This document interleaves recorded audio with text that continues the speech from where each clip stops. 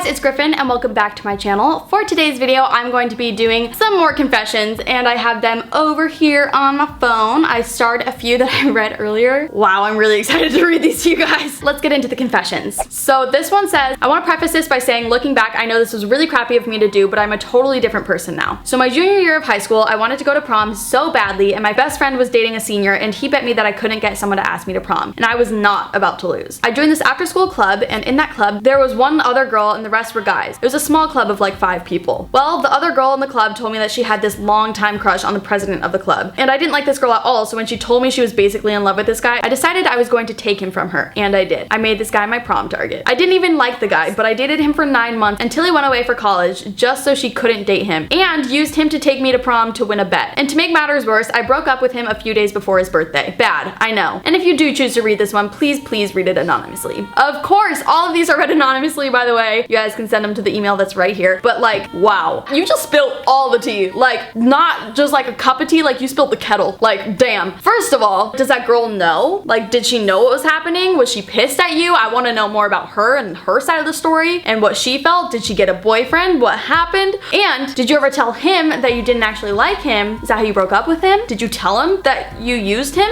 I need to know more. If you're watching this, please confess more to me. Okay, it was a typical 6th grade school day for me and I was sitting at a table with all of my friends, boys and girls, for lunch. I got up to throw my trash away and everyone started laughing. Little did I know what they were laughing at. They kept asking me to get up and throw their trash away and every time I would get up, they would keep laughing. Everyone kept staring at me all day and I started feeling like something was wrong with me. After school ends, I got home and when I got home, I finally realized what happened. My first period. Blood all over my butt and down my leg. The worst part is I was borrowing my sister's shorts that day, so she was really mad. But yeah, that's the story of my first period. Oh my god. I guess it's your first period, so you have no idea what's happening. So like you don't know the feeling of it. So when I was a freshman in high school, my boyfriend at the time and I had our first kiss together and we literally had no clue what the heck we were doing. Every day after first period, we would make out off to the side in the busiest hallway. But one day when I went to my second period, a junior told me there was a video of me on Twitter. Me, being a YouTuber, I thought she just meant one of my YouTube videos. Until hours later when someone finally showed me the video of my boyfriend and I awkwardly making out that was captioned, "Where are their parents?" and posted by a senior. It took me 3 days to get the video deleted for good. Oh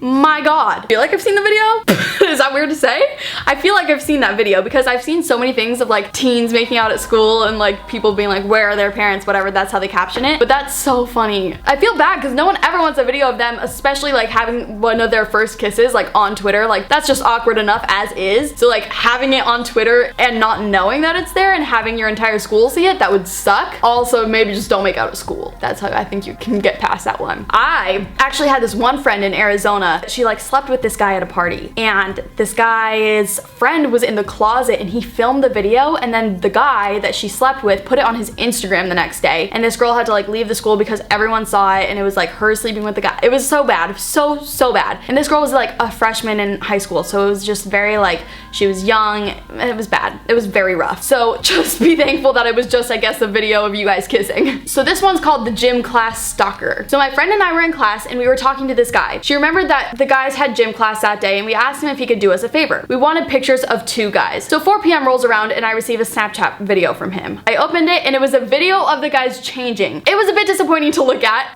It was a bit disappointing to look at, but I can't believe he actually did it. Now pretty much every girl in my class has seen the video because I filmed it with my friend's phone. And the best part is that the guy never found out. Dude, that's a little rough. I don't know. I feel like if that happened, like I'm just trying to think about this situation like as if someone took a video of me changing, I would be pissed. And I would also not appreciate people showing that around. And I would say the best part for you is that they never found out, because if they did find out, I feel like you would definitely have gotten into some drama and some trouble. Maybe you should tell them someday and maybe you should delete the video. I don't know. Something about this just seems real messy. This next one. I started to dislike my best friend, so I got my other friend to send me some texts confessing love to me and changed their contact name to her boyfriend's. I showed her my phone, they broke up the next day. She had spread rumors and made my boyfriend dump me, so I got revenge. Okay, first of all, how did she believe that? That's like what my biggest thought was reading that one is like, how do you believe that it's your boyfriend texting the person? Like, yeah, if you put the name in, it's gonna look like it, but like anyone can put a name in the contacts. Okay. Hey Griffin, this is probably one of the most awkward moments I've ever experienced and have never confessed. When I was 10 years old, I went to a youth club in my town. I had been attending for a few weeks and the yearly sleepover was approaching and I begged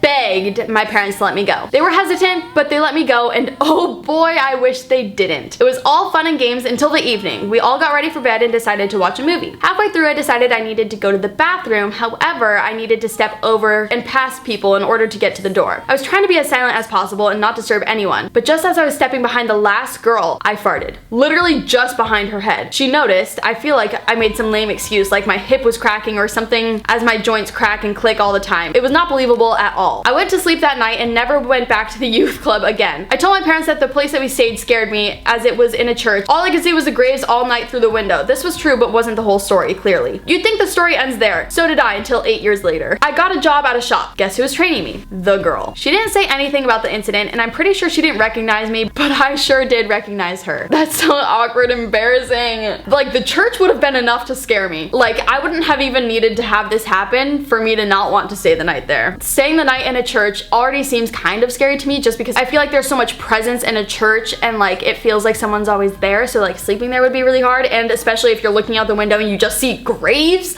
like no. This is the final confession. Hey Griff, so here's a confession from when I was in 4th grade. I'm in 8th grade now, so it was about 4 years ago, and I still get made fun of for it. Anyways, we were doing the fitness test where you do as many push-ups and sit-ups in 1 minute. Well, I guess that teacher hated me because I got paired with a guy that liked me. Unfortunately, at the time, I didn't like him. I was a picky 4th grader. I only liked One Direction and fictional characters. Girl, me too, except you were in 4th grade when that was going on, and I was in 8th grade when that was going on. I didn't have a boyfriend until I was 16, and I was definitely thought my first boyfriend and first husband would be Niall Horan. The second part still could happen. Probably not.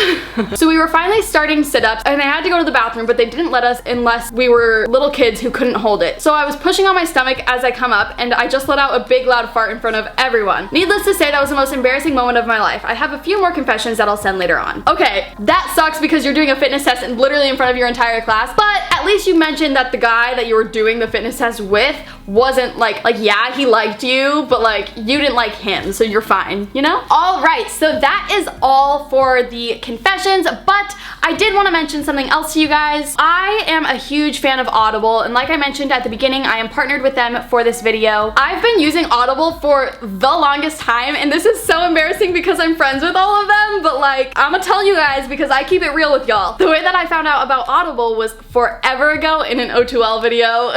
The way that I use Audible is usually when I drive, because I'm usually listening to music throughout the day, like at my apartment, when I'm showering or getting ready. So I figured the car is like the perfect place to listen to it because you're by yourself, you're in your own head, it's great, and it's like, I feel like just like the perfect time to listen to an audiobook. And I also tend to listen to them before I go to bed just because it helps me kind of relax and calm down before the night, and it also just kind of makes me sleepy because it's soothing to listen to someone talk. So the book that I'm currently listening to on Audible is The Subtle Art of Not Giving a and I love this book so much, and I really wanted to share it with you guys because I feel like it really just fits in this video really well, because confessions have some sort of aspect of embarrassment or fear of what other people will think in them, and this book is basically telling you to let go of that. I think it's really important to embrace that life can suck sometimes. Like, no, your life's not going to be perfect all the time, and that's totally fine. But I want to read this little like quote from the summary of the book because I just loved how he put it, and I don't think I could put this in any better words. It says, "Once we embrace our fears, faults, and uncertainties, once we stop running and avoiding and start confronting painful truths, we can begin to find the courage and perseverance, honesty, responsibility, curiosity, and forgiveness we seek." I think that is so accurate. So if any of you guys want to listen to The Subtle Art of Not Giving a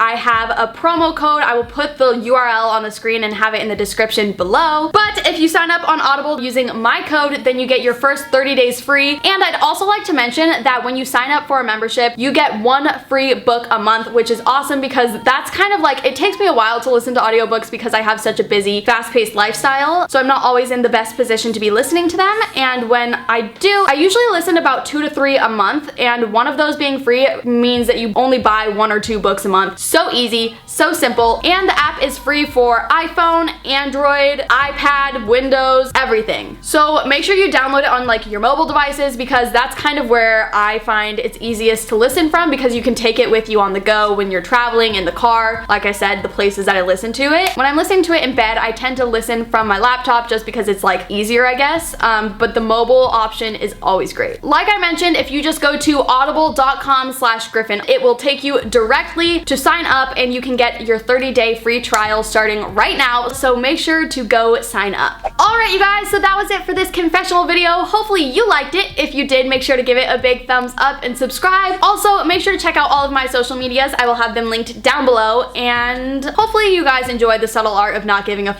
This book really helped me through a lot of like mental like blocks that I had. I hope that it can do the same for you guys. But yeah, I love you guys so much, and hopefully I will see you guys later. Bye. But I'm